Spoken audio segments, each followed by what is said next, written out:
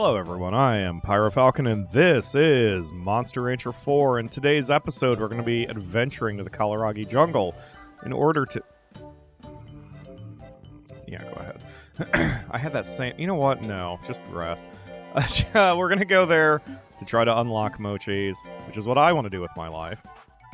So... Oh, good God, Samara! Well played! 4 and 5 get praised. Oh... Now we're getting somewhere. They might be ready to start doing gadgets soon. I was asked about that too. Why don't go on gadgets that early? I don't introduce monsters to gadgets until they are adults or adolescents or whatever you call it, just the second life stage. Because I think it cuts into their lifespan too badly, and they seem... It seems that if you start them on gadgets too early, then they stick to like the 60s and 70%, and you can't untrain them out of it. So you get them used to basic exercises, and then once they know how to do that, then you move on to the harder stuff. So, have a beef. Nom nom. If I remember right, when you feed them stuff and keep them in form... Again, this is Monster Rancher 1 and 2, I just assume 4 is the same way. It doesn't affect which stat gets the boost, so it's not like beef is for power and fish is for intelligence and whatever.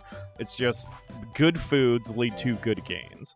So that's why I've been feeding them the way I've been feeding them. Alright, we're going to the jungle. We've got Eva, Macbeth, and Ash Girl as usual. Everyone's nice and rested, and this should be fine, and we can go to the AMA questions. So I've been trying to do these AMA questions in the general order that I received them. However, Dynasty Girl asked me the best damn question I've received, with all due respect to the rest of you. And it's going to be weird, and I wanted to make sure I had plenty of time to answer it, which is why I didn't want to cram it into the end of the last episode. So Dynasty Girl asks... As someone with LGBT family members, what's your thought on LGBT representation in media, games, etc., for example?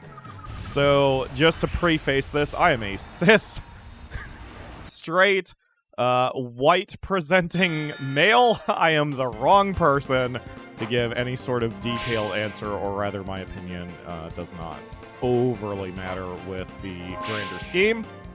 So I'm not going to be answering that. The grander scheme because my opinion is irrelevant. However, one thing I think I can add to the conversation that I'm not sure has been discussed much around critics and such is I can answer that from a writer's perspective because I'm a novelist. I have been writing for 20 plus years. I have been writing for IGN for many years. So, over a decade. Let's see, I started in 2000. Oh my god, I've been employed by IGN for 17 years. Holy crap. Alright, anyway. Or I should say contracted. I am not an employee of IGN Entertainment. I am an independent contractor of IGN Entertainment for 17 years. So, here's my thing with LGBTQ, etc. Representation.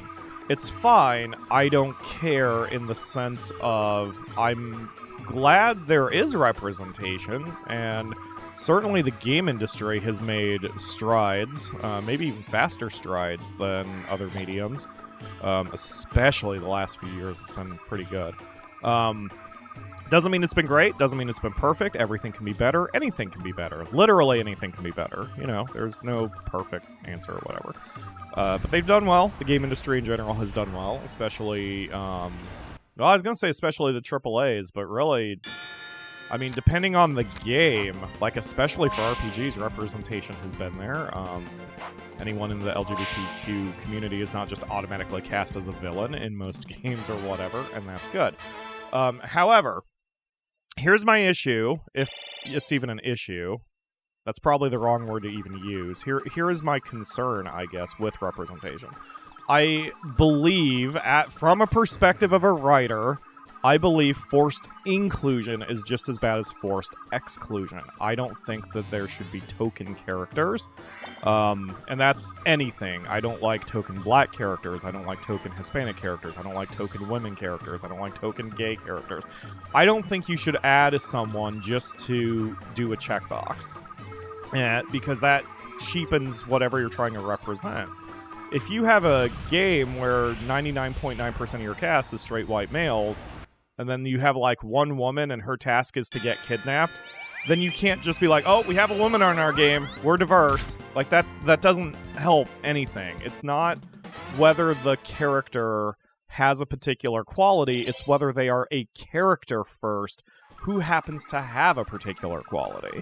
So, as a writer, I don't want to see any... I don't even like the idea of games touting a particular protagonist as its selling point. And to be fair, I haven't seen that. But I'm saying, for example, I don't think it would be great to have a game who's like, you should buy our game because our protagonist is gay. Like, that is not helpful to anything. That's a cheap marketing tactic. In fact, again, I think that cheapens what the character is. Instead, it should be, we have written this freaking amazing story that'll blow your mind, and its protagonist happens to be gay.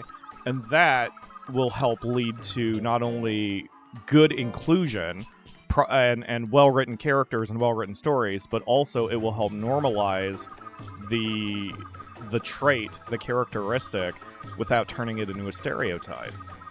So one of the best examples that I can think of is Outer Worlds, because asexuality is one of the things that is least shown in games and other media.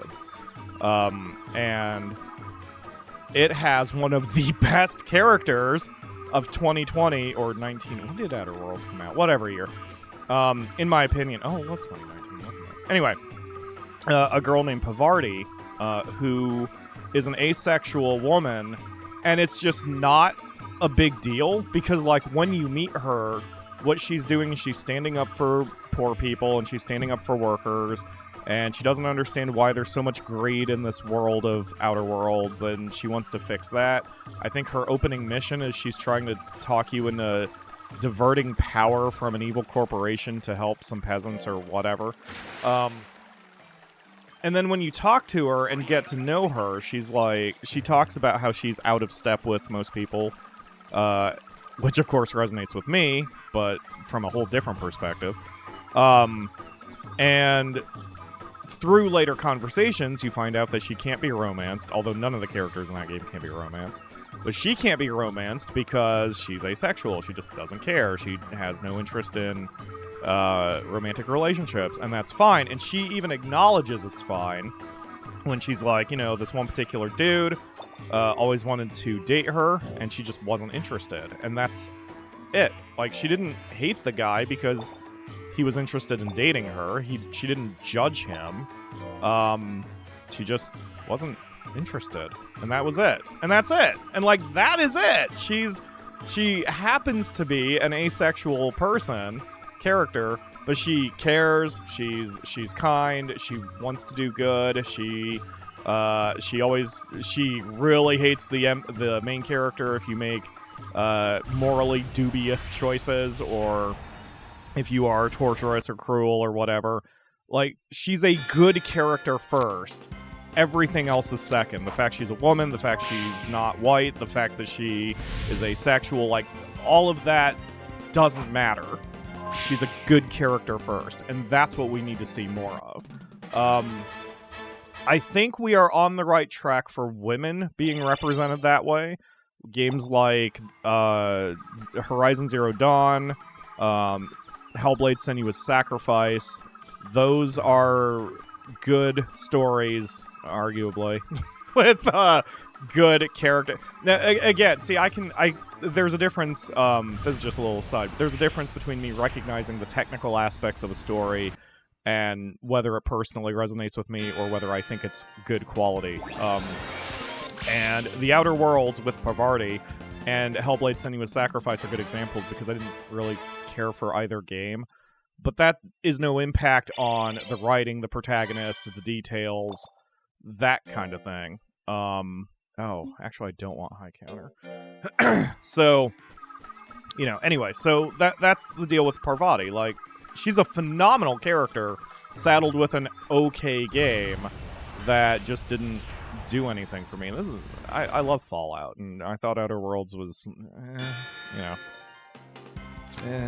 But, yeah, so more of that, please. And it's a fine line to walk when you're trying to write a story where the MC, or the player, I should say, can choose whoever they want. Like the new Assassin's Creed, from what I gather, you can be male or female, and you can romance anybody you want, male or female, regardless of your choice. Fine. You know, it's a weird line to walk to try to tell a story, but also let the player be whoever they want to be. I think... I wish developers wouldn't be so scared to tell a specific story, but I understand why they are. An example of that is Final Fantasy 15, where, you know, they announced early there will be no female protagonists, or no playable female protagonists. And the reason is because the story is supposed to be about 4 dudes who are having a weird bachelor party road trip, you know. And I think there was a little flack at first, but everyone just kind of chilled out about it. I hope that can turn into other characteristics of people too, because I don't care. Like, even though I'm straight or whatever, I wouldn't mind playing as a transsexual, a gay person, a woman, whatever, as long as the story behind it is good. And that's what it comes down to. Is the story going to be good? Because I think if the story is good, I mean, there's always going to be that subsection of gamers who are going to bitch and moan if a game doesn't perfectly represent them, and that's fine. We can ignore them. You know, the ones who cry historical inaccuracy with, what was it, it was Battlefield something, wasn't it? With the woman who was in World War II or whatever, and there was that big complaint that they were destroying historical accuracy because of it. It was whatever. So ignoring that subset, you know, there's always going to be people who complain, and like I said, no game will be perfect, no representation will be perfect, but sure, make a good story first, and then good mechanics. Actually, I would even argue good mechanics need to come first from a video game perspective. Make good mechanics, then make a good story, and then the specific characteristics of the people who are in that story will fall into place, and whatever they are, and that's it. and then you will have a good game. Yeah. Yeah. I think it's gonna get better too. Like, I mean, once that genie is out of the bottle, you're not going to come back from it. We're not going to have a game industry. We're not going to wake up to tomorrow's game industry where everybody is suddenly a white male protagonist. Like, we can't. It's come too far otherwise. So, yeah, game industry will get better. Okay, so that was that one. Now I'm going to try to take them in the order I saved them.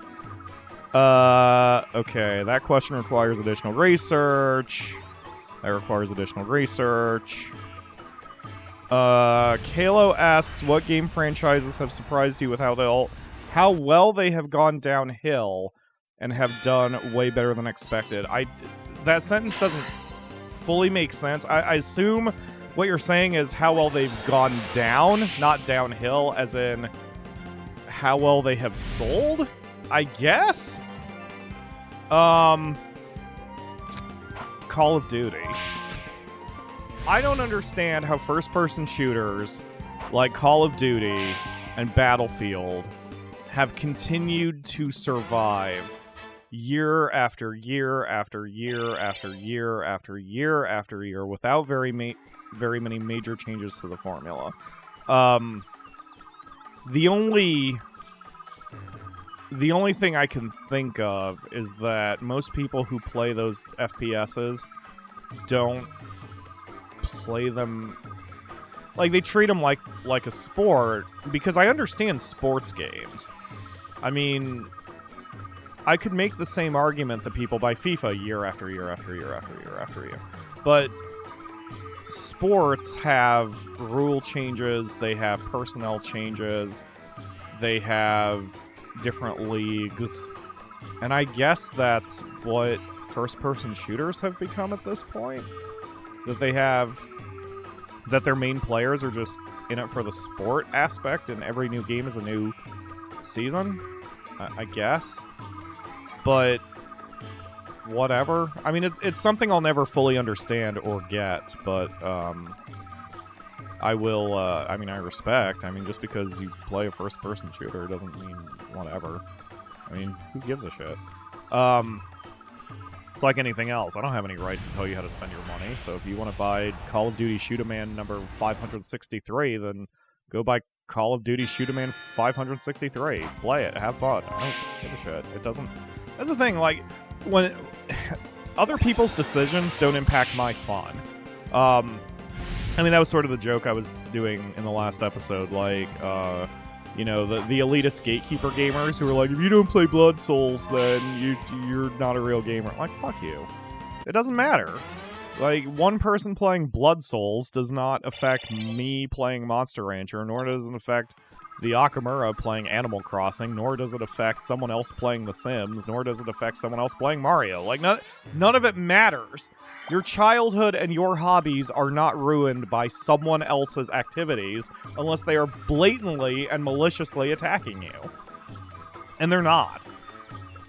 I mean, there's bad comments, but, you know, that's it. So, but I am continually surprised because it doesn't feel like the first-person shooter genre has really had any sort of major change over the years.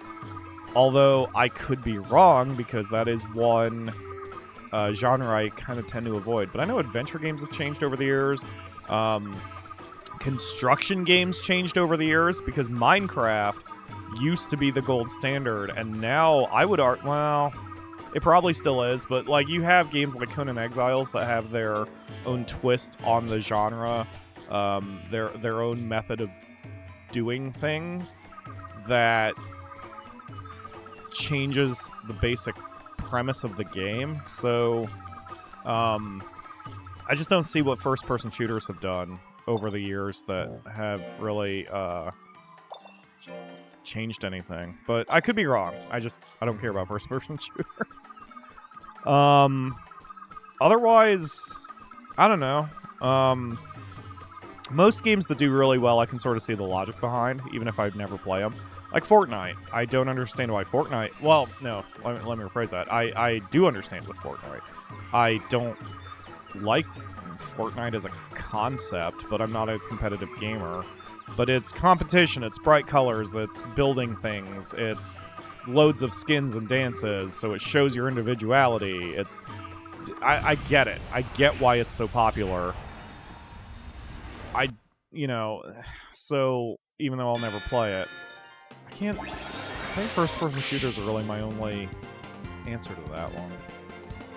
I think I have time for one more. Dynasty Girl also asked many, many moons ago, modern games versus retro games, which do you prefer? I personally prefer retro games. Modern games seems like washed down cash grabs to me. I think that's a little oversimplification, but in general, I agree with you. There are a lot of modern games that care more about DLC and nickel and diming you, and retro games didn't have that, but to be fair, retro games didn't have it because they couldn't have it. If retro games could have been nickeled and diming you, they probably would have been nickeled and diming you, especially from the Electronic Arts types of places. I mean, remember, horse armor was a thing, and when horse armor first came out for Oblivion, gamers collectively hit the roof, and it became a meme and a joke, but now it's sort of the reality. So, just the game industry has always evolved in that direction. That said, I am averse to playing games that are cash grabs, so I don't play very many mobile games. Even when I do, I don't put much money, if any money, into them. Just because I don't want to. But there's some still really good modern games. The Yakuza series is freaking fantastic. I mean, I keep going back to it. Surviving Mars and Factorio are two of the most amazing games that I've ever played. But they are also the genre I love. But then, you know, you have your Ubisoft games that are all the same. You have your EA Sports games that are all the same. You have your Blizzard games that, oh boy, They might not be all the same, but Blizzard is not a good company, nor do they have good pro-consumer monetization practices. So, I think in general, I prefer retro games, but that's more nostalgia than it is my preference to monetization mechanics. But I'll play anything, as long as it's fun. I don't care who it's from. I freaking love MechWarrior 5. To be fair, I got that one for free, but that's so not my genre. So, but yet, it was crazy stupid fun. And it doesn't have DLC, so hell yeah. It's a good game. I need to rebuy it when it comes out on Steam. Alright, so that's going to do it for today, because we are over 20 minutes, but we are still continuing to explore the jungle, and hopefully we will find the missing Mochi, and then burn him alive. Thank you all very much for watching. Do I go back that far? Yeah, fuck it. And I will see you again tomorrow for another episode.